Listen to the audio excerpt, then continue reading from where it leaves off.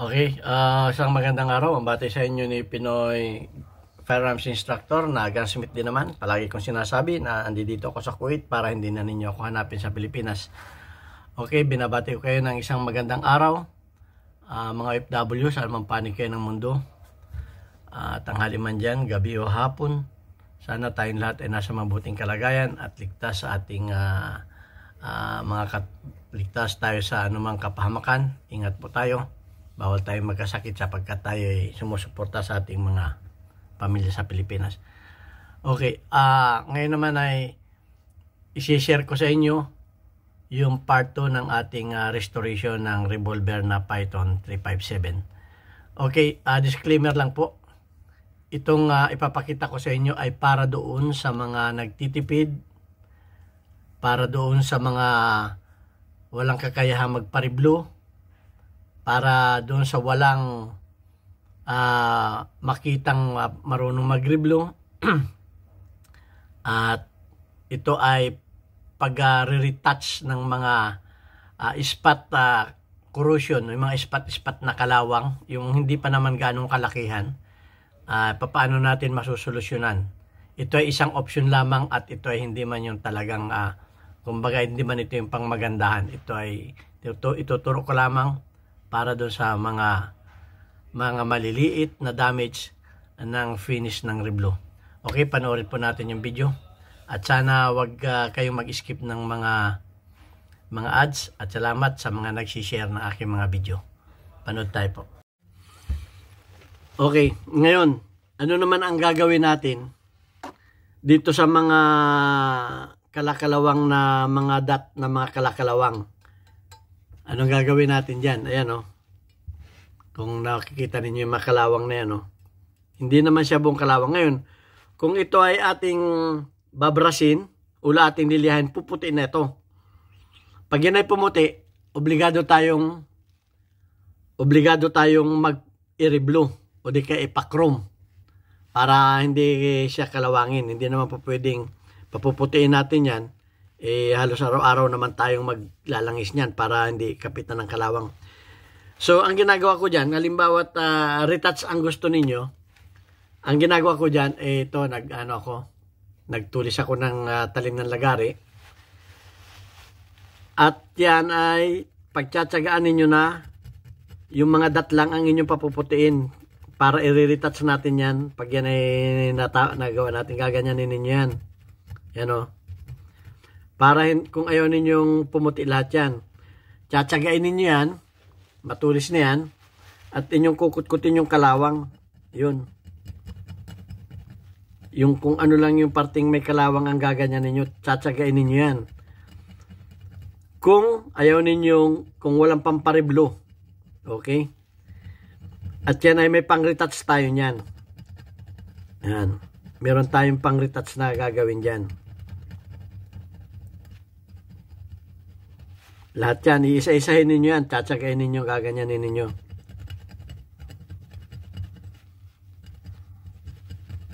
Papuputuin ninyo yung kinapitan ng kalawang. Yan. Yan ay kung wala kayong pampariblo. Kung gusto lang ninyo ay retouch. Okay, tinuturo ko ito sa inyo. Walang magtuturo sa inyo ng mga ganitong technique. I swear, walang magtuturo sa inyo. Yan.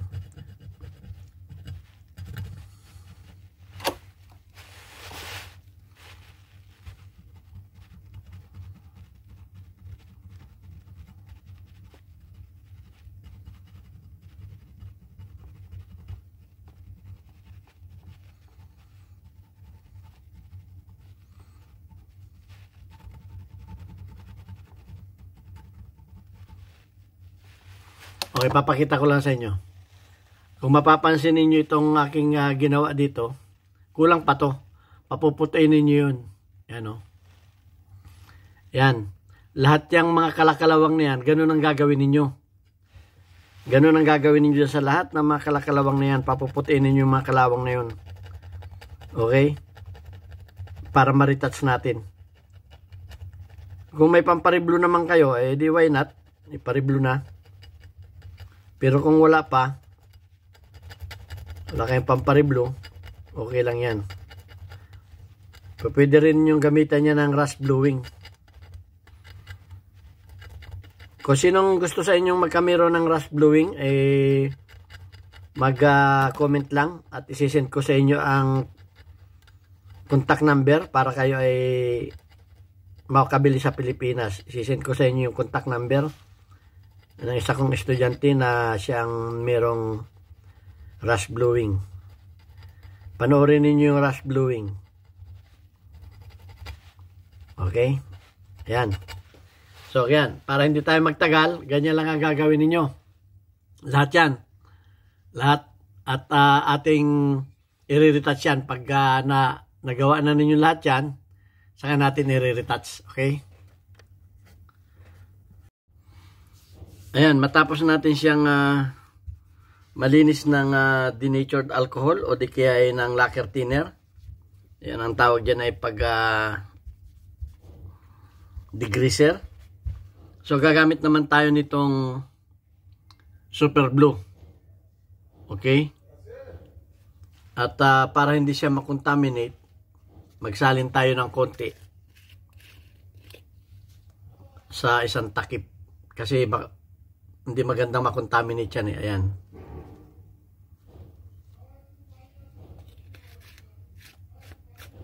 Pagkatapos natin siyang yan ay gagamit naman tayo ng cotton buds, ating babasahin, at yung mga nilinis natin ay ating lalagyan ng yung mga kalawang na ating nilinis, i-applyan natin ito para umitim siya. Mga ka-trigger, ito ay optional lang kung kayo nagtitipid. Alam naman natin na mahal ang pagpariblo, may kamahalan, kaya optional ito. Hindi naman natin makukuha yung talagang ganda niya, pero mapiprevent natin yung pagkalat ng kalawang. Kasi nga, pagka ang baril ninyo, itinago ninyo at nang matagalan, napabayaan ninyo, ganito mangyayari, magkakamero ng ispat na kalawang. So, hindi naman natin gustong i-review lahat, kundi gusto lamang nating i-retouch yung mga sinira ng kalawang. Kaya ganito ang ginagawa natin. So DIY ito sa mga may baril na may ganitong problema, kaya ko ito itinuro. Ito ay optional. Maraming option naman ng pagpapaganda ng baril. Unang-una na yung pagpapariblo. Medyo may kamahalan. Tapos wala pa kayong kakilalang magre-riblo. Okay. At na gusto ninyo magtipid. Total yung baril ninyo gusto lamang naman ninyo na maproteksyonan yung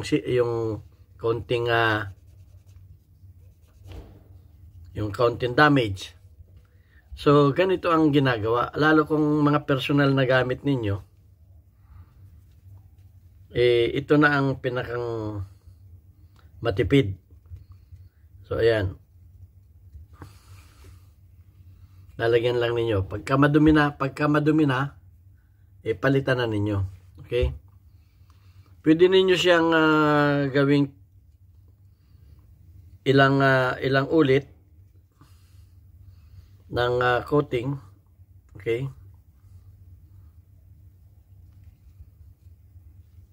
Lalagyan lang natin ng ganon. Siguraduhin natin nalagyan lahat para siya umitim.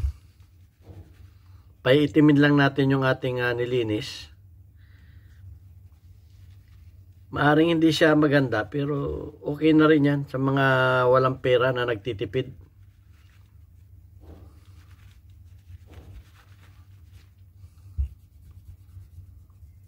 Ang magiging problema lang natin, hahanap kayo kung saan makakabili niyang yung soup, kung saan makakabili nitong super glue. Ito. Yan, ilalatag ko na dito yan. Kung saan makakabili niyan. Hanap kayo sa online. Actually yan, nabibili yan sa Brownells. I-search niyo yung www.brownells.com. Yan, at saka sa mga gun store, magtanong kayo sa mga gun store para makakita kayo niyan. So ulit-ulitin lang ninyo ganyan. Pagkatapos niyan, ang gagawin ninyo ay huhugasan ninyo ng tubig na malinis. Okay? Huhugasan nyo ng tubig na malinis. At ganito ang paggagawa. Kukuha kayo ng malinis na basahan. Ayan. At lagyan muna natin ito dito. At inyo siyang babasain. Pwede naman inyo siyang hugasan ng running water eh. Pwede nang ihugasan ng running water. At inyo siyang lilinisin. Para maalis yung chemical. Okay? Yan.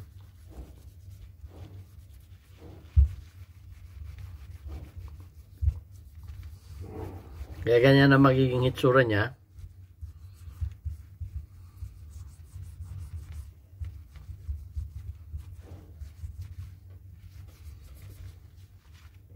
Hindi man siya kagandahan, naproteksyon na naman natin yung kanyang kalawang. Kumbaga napigilan natin ang pagkalat ng kalawang niya.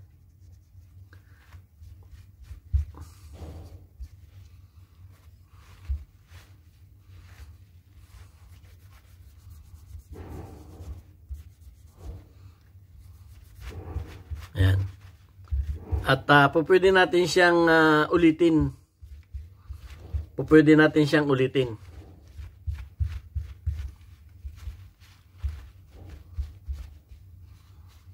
Ulitin natin siya ng ng pag-apply nitong super glue. Ulitin natin siya ng pag-apply ng super glue. Ulit tayo ng ito.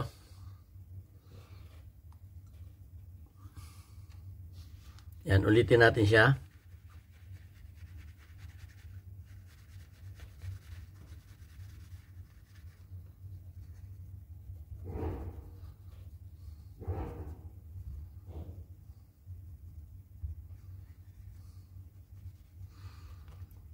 Actually, ito ang tawag dito, retouch lang ito. Mapapansin natin na yung ay hindi makintab, yung ating ni-retouch. Hindi kasing kintab nung pero umitim naman siya. Umitim lang siya.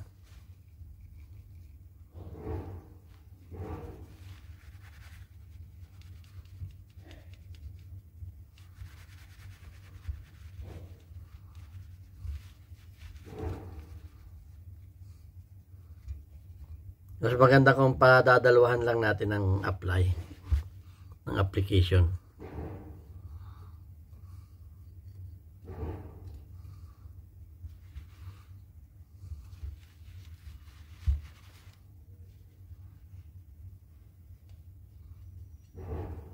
Okay, at atin uli siyang lilinisin ng tubig. Okay, lilinisin uli natin siya ng tubig.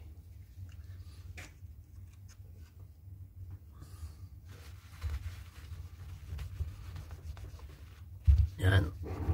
Kuskusin natin mabuti ng tubig para mawala yung kanyang chemical.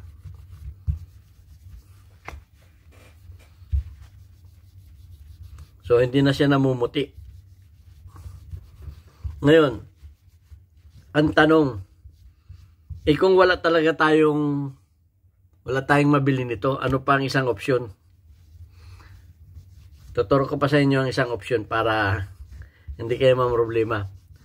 Inulit ko, ito ay optional lang ito. Para sa mga walang pera.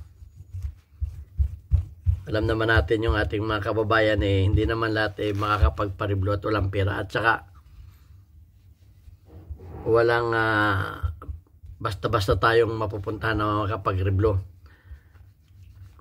Actually, yung pag-riblo, yung salt blowing na tinatawag, ituturo ko rin yan, pero hindi pa sa ngayon. Yung salt blowing, yung lulutuin yung baril sa salt blowing. Yung talagang para makuha natin yung original na blue, ginagamit dyan ay Oxenite number 7. Pero mahabang proseso yun. Kaya tuturo ko din yun ng step by step. Pasamantala, ito lang muna ang pag-retouch up. Tuturo ko sa inyo. Pagka marami na tayong libo-libo na yung ating mga subscriber, kaya pakishare ng ating YouTube channel. Pag marami na, saka natin ituturo yung salt bluing, yung original na bluing, yung talagang makukuha natin yung original na pag-blue na yan. So, ayan. Ngayon, ang tanong wala naman tayo nito. Actually, may dalawang klase yan na pang-retouch. Papakita ko sa inyo. Sana ba yun? Ito. May mabibili rin kayo na ganito. Kung wala nito, may mabibili kayo nitong pen. Yan Berswood. Kung makikita ninyo, ang brand niyan ay Berswood. Pareho lang ng brand yan. Ito. Berswood Casey. Pareho lang ito. Ito naman, parang pen lang na igaganon lang ninyo. Pang retouch talaga to. Igaganon rin lang ninyo. Kaso lang, parang expired na ito. Ubos na to. Yan igaganon lang ninyo yan. Sa halip na gumamit kayo ng cotton, kumbaga, sa halip na gumamit kayo ng bulak o cotton na pang-apply, ito parang pen lang ito. Ngayon, isa pang tanong, talagang wala sir kaming mabilhan yan walang-wala talaga di gumamit na lang kayo nito. Punta na lang kayo sa mga, ito, pag wala pa naman kayo nakuha nito, permanent marker. Punta kayo kay teacher. Marami nito. Permanent marker, ito yung ginagamit natin na, pwede rin to. Kung talagang walang-wala kayo makuha na, mas maganda, yan yan. Ganun-ganun lang ninyo. Doon sa mga niretouch ninyong ganun. Mas black pa ang kulay niya. Okay? Ayan. Kunin ninyo ganyan. Ganun-ganun ninyo. Doon sa mga pinag-applyan ninyo ganun. Ayan. Pagka meron lang siyang mapa-mapa. Ayan. Pagkatapos niyan, tingnan natin ang resulta. Masyado siyang black. Ang ipanlilinis naman natin dyan ay langis na, oil. Ito na. Itong mga gun oil na ang panlilinis natin. So yan, naanuhan kayo ng ng mga option. Yan, lilinisin na ninyo ng oil. Na ganon.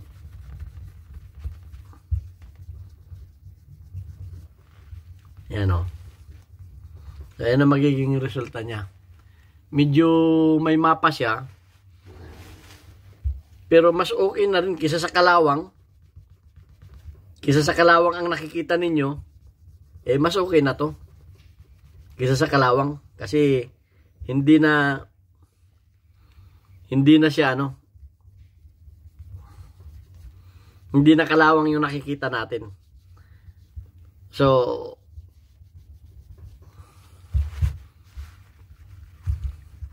sana may natutunan kayo sa pag-retouch ng mga blue. Okay, may mga option. Kung wala kayong makuha nito, wala kayong makuha ng chemicals, ayan. Ang isang option natin ay marker. Mahirap din siyang tanggalin ng langis. Hindi siya basta-basta natatanggal. Okay. Bagaman hindi man siya talagang kakulay nung original na blue, at least nawala yung kalawang. Yun ang purpose natin dyan. At kung malayuan naman, okay na rin. Ayan okay na rin siya. So ayan. Sana natutunan ninyo kung paano ang pag-retouch ng mga kalakalawang na hindi naman grabing kalawang. Kung ito talaga ay totally kalawang na, wala na tayong magagawa kundi talagang i-reblow na ito ng salt blowing o di kaya chrome o di kaya rust blowing. Okay, yung mga gustong maka-avail ng rust blowing chemical, ituturo ko din yan bandang huli, yung rust blowing, totally yan. Mas madali yan kaysa sa hot blowing, sa salt blowing, yung rust blowing mas madali yun. So tuturo ko rin yan sa mga darating na panahon. At yung mga gusto makapag-avail ng chemical ng rust blowing, mag-message lang sa akin dito sa YouTube. Mag-message lang kayo at ibibigay ko sa inyo contact number ng aking estudyante sa Pilipinas para maka-avail kayo niyan. So ayan. At least nawala na yung medyo yung kalang-kalawang. Okay. Okay na yan. Medyo may mapa-mapa. At sana may natutunan kayo. At subaybayan ninyo ang sunod-sunod natin video sa part 3 ay yung pagbubuo nito. Okay? At kung kayo bago sa aking YouTube channel ay please subscribe and share. Salamat.